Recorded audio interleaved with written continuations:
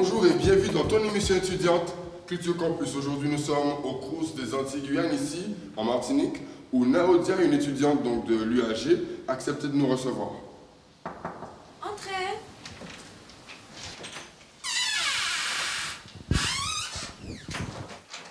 Bonjour Naodia, donc je vois que tu travailles, on ne va pas trop te déranger. On te remercie de nous recevoir aujourd'hui, ici au Crous, dans ta chambre. Alors, est-ce que tu peux nous dire dans quelle filière tu es là? Je suis inscrite en deuxième année de licence droit. Et ça consiste en quoi exactement? Alors, on nous prépare à tout ce qui est termes juridiques, simulation, donc le cas pratique, et puis les bases quand même du droit. Dans le cadre de ta préparation des examens, ceux que tu as déjà passés notamment, est-ce que l'alimentation et le sommeil c'est quelque chose d'important? Est-ce qu'il y aurait des conseils qu'on peut donner à ce niveau-là, des erreurs à éviter? Ah, c'est très important en fait, ne jamais rater un repas. Le petit déjeuner est super important. Les heures de sommeil, c'est vrai qu'on ne respecte pas par rapport aux révisions, donc beaucoup d'étudiants révisent toute la journée, voire même toute la nuit, donc c'est pas pratique, mais il faut quand même avoir une alimentation assez bien ciblée. Est-ce que tu as des anecdotes en tête, des choses qui te sont arrivées éventuellement? Pas forcément moi, mais j'ai eu la connaissance de quelqu'un qui a révisé toute la nuit et qui a oublié en fait de se réveiller, donc il a raté son examen.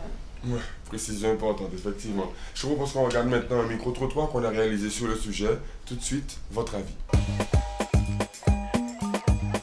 Je pense qu'il est inévitable de dire qu'avant un examen, il faut prendre les bonnes habitudes de se coucher tôt et éventuellement, si on veut réviser plus, se réveiller entre 4 et 5 heures du matin, et moi c'est ce que je faisais, et réviser jusqu'à 7 heures en fonction de l'heure à laquelle l'examen est.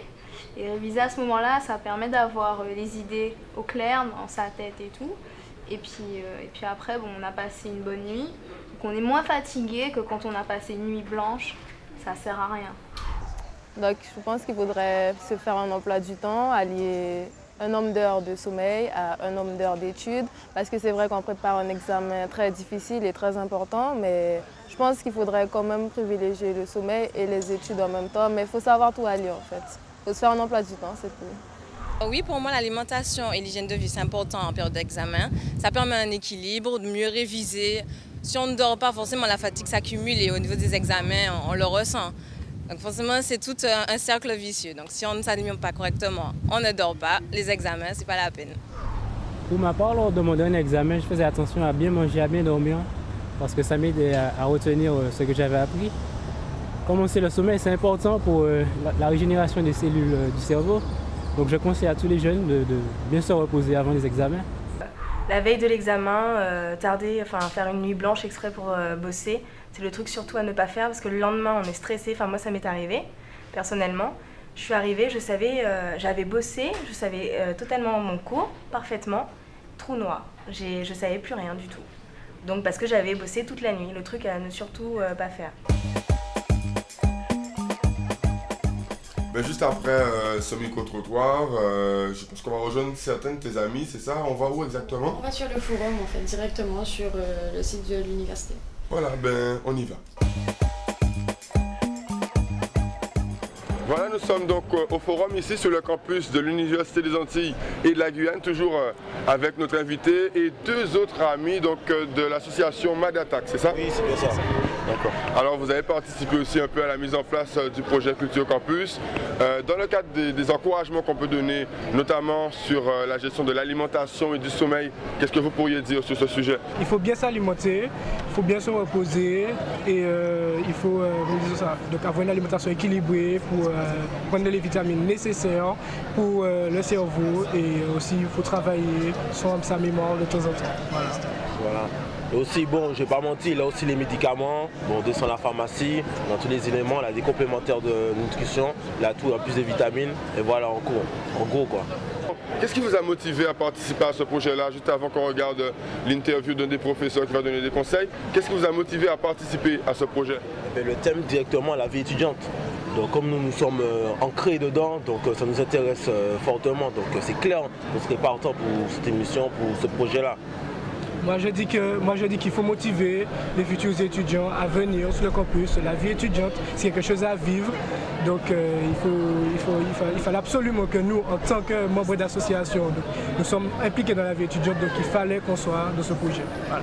On regarde maintenant un sujet qu'on a réalisé qui donne des conseils sur, par exemple, le cerveau. Donc c'est un spécialiste de l'université. Donc on vous laisse découvrir cette rubrique. Alors, en règle générale, les adultes, quel que soit leur âge, se posent toujours la même question. Comment fonctionne mon cerveau et surtout ma mémoire et comment je peux l'améliorer. Donc on se pose souvent la question sur le mauvais ou bon fonctionnement du cerveau. Il est important de faire un détour sur le cerveau en tant qu'organe, de façon à mieux le comprendre. Le cerveau est constitué en fait de deux hémisphères, un hémisphère droit et un hémisphère gauche. Ils ont tous deux des fonctions différentes. Très synthétiquement, on considère que l'hémisphère droit est dévolu à tout ce qui est créativité, tout ce qui est affectivité, et l'hémisphère gauche, tout ce qui est langage, tout ce qui est décision, etc. La mémoire n'est pas une fonction isolée, elle est aussi tributaire de l'affectivité, de l'émotivité, de la perception, de l'attention, la concentration aussi. Donc on sait très bien que motivation et attention vont généralement de pair. On ne retient en général que ce qui nous intéresse. Quand on parle de mémoire, il faut savoir qu'il y a trois phases. On saisit l'information, donc on encode, on la stocke et on la récupère. Donc ça a l'air d'être simple, mais c'est loin d'être évident. Donc quand on a des informations qui nous paraissent denses, un peu disparates, il est essentiel d'avoir une stratégie. Donc la stratégie, en fait, elle doit être adaptée à nous-mêmes. Il n'y a pas une recette précise, mais par contre, je peux fournir quelques pistes. Hein. Donc quand on a ces informations assez denses, il est important d'organiser les informations pour qu'elles soient plus cohérentes dans notre propos logique. Il est important aussi de classer, d'ordonner, de noter selon des catégories qui nous sont familières. Pour améliorer sa mémoire, il n'y a que l'entraînement, la variété, en d'autres termes la répétition, pour justement créer des automatismes adaptés. Voilà, donc après ce reportage un peu, est-ce que vous pouvez me donner votre avis sur ce sujet, mais aussi l'alimentation et la gestion du sommeil, donc le thème d'aujourd'hui? Comme on vient de le voir dans le reportage, généralement les étudiants sont tentés de ne pas manger correctement et nous savons tous que c'est très important. On n'a pas forcément le temps de faire à manger, de respecter les vitamines qui nous sont nécessaires pour les examens, mais il faut en fait faut motiver les jeunes à prendre un bon petit déjeuner, à manger à des heures régulières, à prendre des vitamines même en complément et pour avoir en tous les cas la réussite aux examens. Et donc sinon, d'un point de vue global sur votre participation à ce projet, mais aussi les conseils qu'on peut donner, qu'est-ce qu'on peut rajouter d'autre, notamment concernant le sommeil? Comment vous faites-vous quand vous préparez des examens? Il faut savoir gérer son temps. Il y a un temps pour tout, il y a un temps pour s'amuser, il y a un temps pour travailler et il y a un temps pour se reposer. Car le sommeil est essentiel. C'est là que le cerveau se repose et on accumule nos connaissances. Donc il faut savoir gérer son temps. Mais justement, dans la droite ligne de tout ça, vous savez aussi que c'est important d'avoir des objectifs professionnels et aussi connaître un petit peu pour être un peu plus motivé. On a une rubrique donc, dans Culture Campus où on décrit les filières de l'université. Je vous propose maintenant de regarder cette rubrique sur une des filières de l'UAG sur un des 3 départements. Il faut savoir que la première année de médecine a été mise en place en 1998. Il s'agissait d'un véritable besoin. C'est l'un des départements français où la densité médicale et paramédicale était la plus faible et est encore la plus faible. Donc c'est un véritable besoin, ce qui veut dire qu'il y a des débouchés. On est parti de 10 étudiants au numerus clausus en médecine et actuellement nous sommes à 82. En plus de ces 82 étudiants qu'on propose pour la 2e et la 3e année, nous proposons à partir de l'inscription, nous proposons 24 places de sage-femme, 11 places de chirurgie dentaire, 20 places de kinésithérapeute, 5 places d'ergothérapie, 5 places de psychomotricien. Donc vous voyez qu'on leur propose un large panel de possibilités à partir de cette première année de médecine. Depuis l'année dernière, ou du moins depuis cette rentrée universitaire, nous avons mis en place la 2e année de médecine. Et l'année prochaine, on va ouvrir la 3e année. Ce qui permet aux étudiants qui font médecine d'avoir le niveau licence. Et après, ils vont partir en 4e année pour faire le niveau suivant. Et une fois qu'ils auront passé les 3 années à métropole, ils peuvent revenir dans les départements français d'outre-mer ou à Guyane-Martinique pour finir leur cursus, soit en médecine générale, soit dans ma spécialité en gynécologie obstétrique, parce qu'on fait ces deux filières entièrement.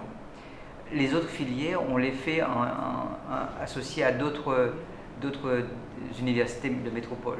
Mais c'est une organisation qui est déjà en place, c'est une maquette qui est déjà bien établie. Les étudiants n'ont pas de problème particulier. Voilà, donc après cette rubrique un peu sur les filières de l'université, qu'est-ce qu'on pourrait dire pour clôturer donc, ce numéro d'aujourd'hui à tous ceux qui préparent l'examen actuellement? Moi je dirais déjà bonne réussite à votre examen, ne pas stresser, et aussi qu'il faut s'investir dans la vie étudiante, profiter. Et je tiens à dire, Madatak, c'est plus qu'une association, c'est un nouveau phénomène. Voilà. Moi je dirais bonne réussite de même, prenez bien soin de vous, mangez correctement, dormez suffisamment et j'espère qu'on se reverra très vite avec l'association Madatak et moi-même qui entoure les étudiants sur le campus de Martinique. Et en gros, même si vous pensez vous ennuyer, vous allez penser à la fin qu'après l'examen, vous pouvez tout le temps vous amuser pendant les grandes vacances. Prenez bien le temps de bien vous nourrir et bien vous alimenter. Voilà. Bonne réussite. Merci beaucoup pour votre participation, d'accord? Yes. En tout cas, nous on se retrouve pour un prochain numéro très bientôt. Merci encore et bon courage à vous.